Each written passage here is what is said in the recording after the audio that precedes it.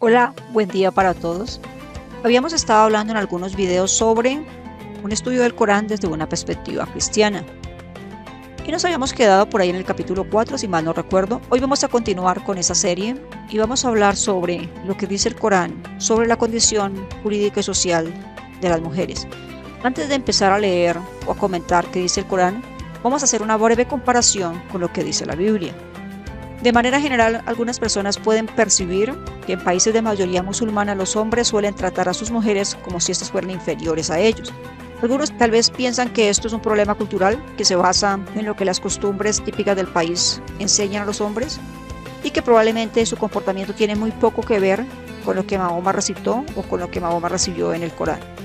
Sin embargo, en este estudio hemos recogido, por así decirlo, 29 versos donde claramente Alá, por su revelación, es decir, el Corán, deja claro que el Islam no solo enseña que los hombres son superiores a las mujeres, sino que también estos tienen autoridad sobre ellas. E incluso en algunos versos Alá les ordena a sus seguidores que golpeen a sus esposas rebeldes. Puede ser que muchos digan lo que está diciendo es sesgado, porque existe maltrato de las mujeres en muchas partes de países occidentales donde existe una fuerte tradición cristiana. Y es verdad, esto sucede, lo podemos ver en las noticias, lo podemos leer en la prensa, sucede diariamente.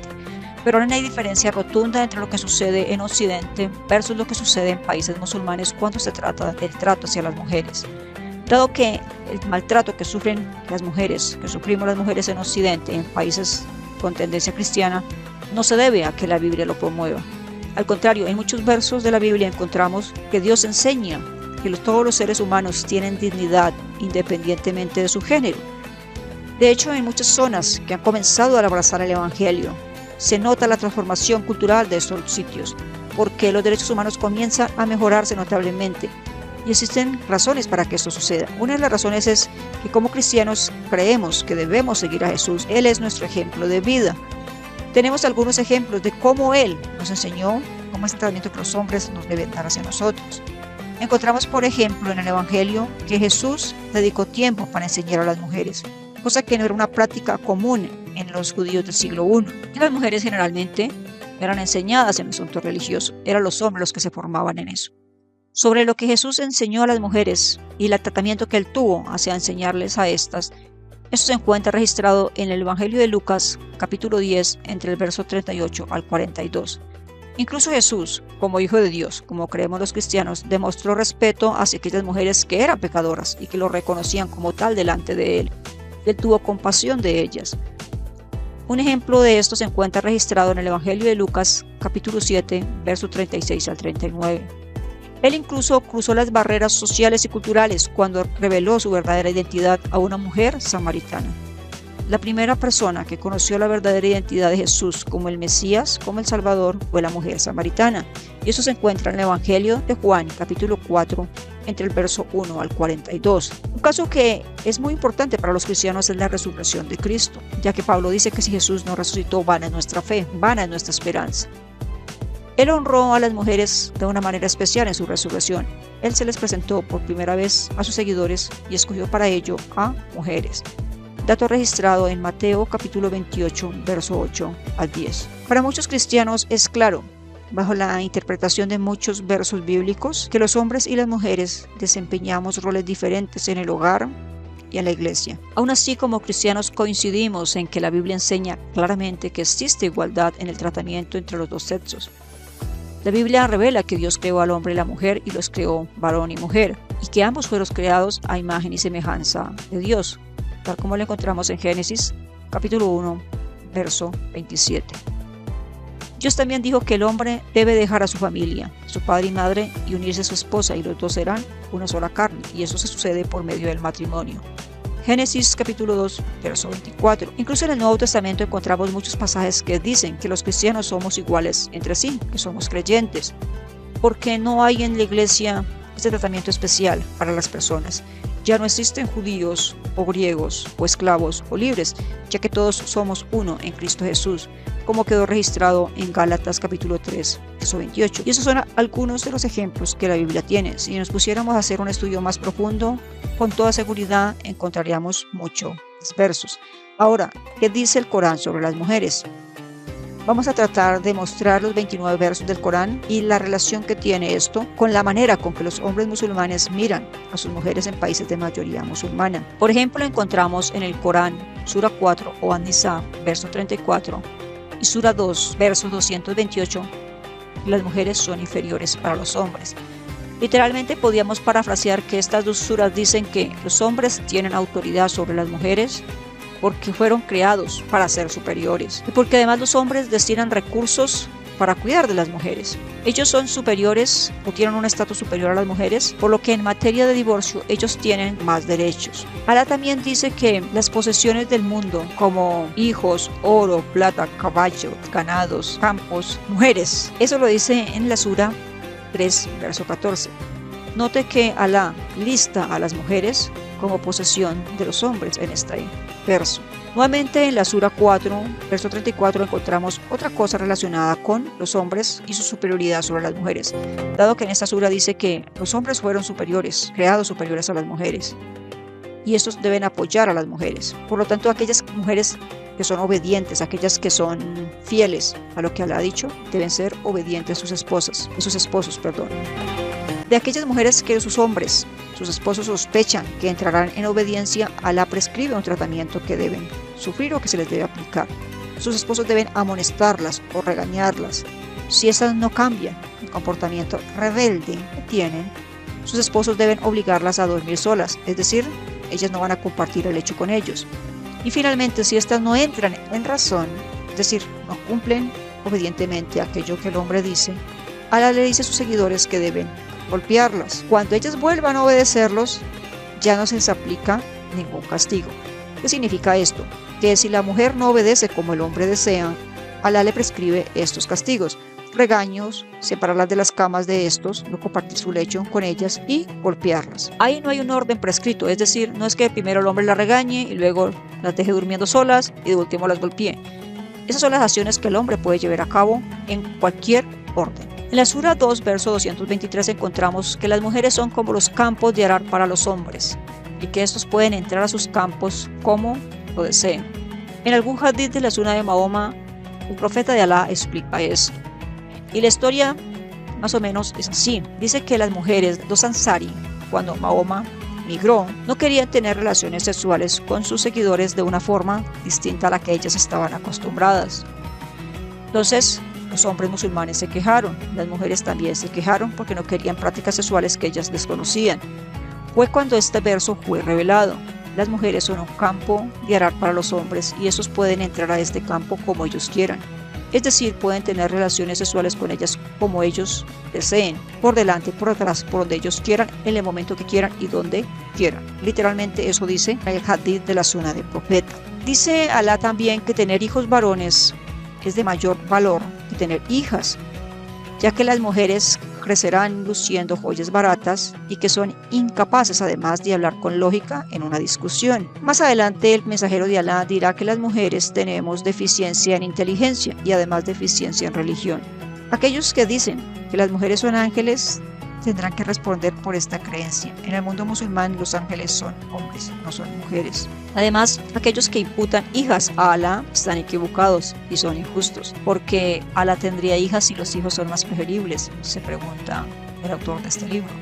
Usted puede leer sobre esto en varios versos de la Sura, en varios versos del Corán. Por ejemplo, Sura 17, verso 40, Sura 43, verso 16 al 19, Sura 53, verso 19 al 22.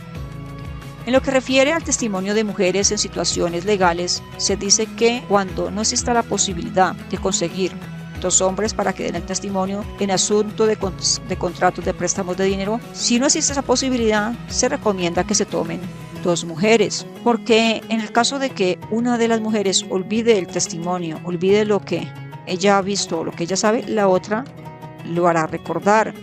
Y estas mujeres deben ser seleccionadas de un grupo de mujeres. No es que todas las mujeres pueden ser testigas. Se debe proceder con cuidado eligiendo a las mujeres que participarán como testigas en un caso de préstamo de dinero.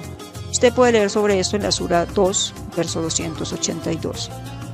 El Corán tiene serios problemas de inequidad con las mujeres en cuanto a asuntos de dinero, asuntos financieros, dado que en algunos versos encontramos que los hombres heredarán el doble de lo que heredan las mujeres. Por ejemplo, si sobreviven 2 o más hijas, el dinero del fallecido se divide, o sus posesiones, se divide en 2/3 de los bienes. Si solo sobrevive una hija, se le puede heredar la mitad de los bienes. Corán, Sura 4, verso 11. Por el contrario, si una mujer muere y no tiene hijos, el total de su herencia va para su esposo. Si un esposo muere y no tienen hijos, la esposa solamente heredará una 1/4 parte de lo que éste tenía. Ahora, si un hombre muere y no tiene hijos, y él tiene una hermana, ella puede heredar la mitad de los bienes de este. Ahora, si una mujer muere y ella no tiene hijos, su hermano, el varón de la casa, puede heredar todos sus bienes. Ahora, si un hombre muere sin tener hijos y él tiene hermanos y hermanas, la parte de cada hombre será la de 2 mujeres. Es decir, los hombres heredarán el doble de lo que heredan las mujeres. Y usted puede leer, por ejemplo, la Sura 4, el verso 176, donde se encuentra esta maravillosa justicia en asuntos financieros. Nótese que cada que la mujer muere, el esposo o el familiar masculino heredará todo lo que ella tiene. En el caso de que un hombre, es decir, el esposo de una dama que no ha tenido hijos, muera, ella solamente heredará una 1/4 parte o la mitad de los bienes, dependiendo del caso. O sea, Alá, el más alto y el más justo, aparentemente no es justo al traer esta revelación. Ahora, el Corán trae algunas enseñanzas que dice que las mujeres musulmanas deben usar el velo o la hijab. Eso se encuentra en la Sura 33, verso 59. Pero la razón de este verso es la siguiente. Las mujeres musulmanas deben usar manto para cubrirse para cuando éstas están fuera de la casa. Al usar el manto reconozca la población, especialmente la población masculina, que ellas son musulmanas y de esta manera no sean lastimadas. ¿Qué significa esto? Que si una mujer está en la vía pública, está en un espacio de mayoría musulmana y no usa el velo, el hijab, ella es esclava. Por lo tanto, todos aquellos que la encuentren en el camino pueden abusar físicamente de ella, pueden hacerle cualquier cosa. El manto lo que muestra es qué mujer es musulmana, cuál no es musulmana. La que lo porta es musulmana y por lo tanto Alá dijo que los hombres no deben ocasionarles ningún daño. Además, en el Corán, encontramos que Alá permitió la esclavitud y además el uso de las esclavas como objetos sexuales. Esto se encuentra en varios versos del Corán. Por ejemplo, Sura An-Nisa o Sura 4, verso 24, Sura 23, verso 5 al 6, Sura 30, verso 28, donde a los musulmanes se les dice que ellos deben abstenerse de tener relaciones sexuales y solo lo pueden hacer con sus esposas y con sus esclavas capturadas en combate, es decir, aquellas mujeres que fueron capturadas luego que los musulmanes hicieran yihad. Si ellos hacen esto, esos actos no son irreprochables, es decir, están dentro de las leyes de Alá. Además, aquellas capturadas en guerra, capturadas en la yihad, no tienen los mismos derechos que tienen sus amos, porque Alá no comparte equitativamente la riqueza de sus dueños con sus esclavos. Además, los dueños no deben temer a sus esclavos que no sean musulmanes, ¿listo? Ellos deben temer a sus hermanos musulmanes. Alá también muestra en algunos versos que, como ya leímos, que los hijos son preferidos sobre las hijas. Los hijos y los nietos son una bendición. En unos versos leíamos que las hijas no son preferidas en las familias musulmanas y una de las razones es que estas van a necesitar joyas, necesitan cosas con que embellecerse. Y además tenemos deficiencia en inteligencia. Recuerda, el profeta del Islam dijo que las mujeres tenemos deficiencia en nuestro cerebro. Entonces, ¿quién querría tener en su casa a una deficiente en inteligencia y además en religión? Cuando Alá habla sobre los castigos en el Corán, un ejemplo de ello se encuentra en los castigos relacionados con inmoralidad sexual. Existe un tratamiento diferente si el que está haciendo el acto y es descubierto es un hombre versus si es una mujer. En el caso de los hombres, si son capturados, por así decirlo, son atrapados cometiendo actos inmorales, actos sexuales que no son halal o legales para el Islam, los hombres deben ser castigados. El Corán y algunos comentaristas dicen que se les debe dar 100 golpes con una sandalia y si los hombres se arrepienten, se dejan en paz. Al contrario, si una mujer es atrapada con otra mujer cometiendo el mismo acto, estas deben ser confinadas en un sitio de la casa hasta que ellas mueran o hasta que Alá encuentre otra solución. Note que existe diferencia entre tratamiento entre hombres y mujeres en este caso. Ahora, tanto el hombre como la mujer que son encontrados en adulterio, es decir, cometiendo actos sexuales ilícitos y que se les comprueba esos actos por medio de 4 testigos cuya descripción del acto es bastante digamos, descriptiva, más allá de descriptiva, visual, que no creo que corresponde explicarlo aquí, pero lo pueden leer en la Sunna de Mahoma. Tanto el hombre como la mujer serán castigados con 100 latigazos, no se les tendrá ninguna compasión. Ese acto de castigo debe ser presenciado por un grupo de fieles musulmanes. Aquellos que son atrapados en estos actos no se podrán casar con una persona normal, ellos solo se pueden casar con aquellos que han sido declarados culpables del mismo delito, o se pueden casar con un infiel. Así que, recapitulando, las enseñanzas de Alá en el Corán, en estos versos que les estoy indicando, tienen sesgo, son sesgadas hacia las mujeres. La herencia que éstas reciben es menor de la que reciben los hombres. Los hijos son considerados bendiciones en contraposición de las hijas que no son una bendición para la familia. Las mujeres pueden ser golpeadas cuando el esposo sospecha que ésta entrará en rebeldía. Las mujeres no pueden ser testigos en casos ante una corte de la Sharia. Solo se pueden testificar en casos de préstamos de dinero. Además, en algunos versos, Alá dice que las esposas y los hijos son consideradas como enemigos de Alá. ¿Por qué razón? Porque éstas distrayen a sus hombres, a sus esposos, de la obligación primera que es Alá. También las mujeres son como objetos sexuales, es decir, los hombres pueden tener sexo con ellas donde quieran, como quieran y a la hora que quieran. Y los hombres fueron creados de manera superior a las mujeres porque estos tienen recursos que son destinados a la manutención o a la ayuda de las mujeres. Entonces, como el resumen general de lo que dice el Corán. Les doy los versos, pueden ir a leerlos, pueden revisarlos, tal vez le deje en algún lado la lista de los versos.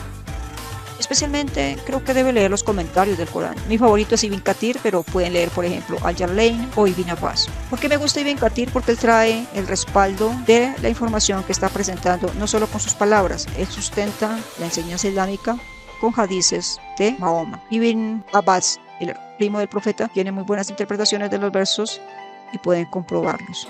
Para aquellos que saben inglés, pueden leer Ibn Kathir y comprobar lo que él dice en sunnah.com.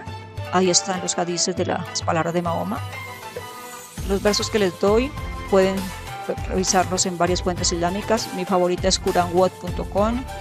Está en inglés, tiene mínimo 15 traducciones del Corán en inglés. Tiene 3 traducciones al castellano, una al portugués y una en italiano. En mi caso prefiero leer mucho las de inglés porque son 15, son diferentes, me permite comparar a varios eruditos islámicos y saber con más certeza qué dice realmente los versos, dado que cuando los musulmanes traducen sus versos a otros idiomas tienden a cambiar demasiado lo que la palabra de Alá dice. Las del castellano son increíblemente maquilladas, esa es la razón por la cual no me gusta, y sucede lo mismo con las de portugués e italiano. Entonces, a los que llegan hasta acá, espero que comprendan lo que estoy diciendo y que compartan información. Trataré de no editar mucho este video porque la idea es que comprendan de manera rápida de qué se trata el Islam y cómo esta religión o las revelaciones de Alá trata a las mujeres.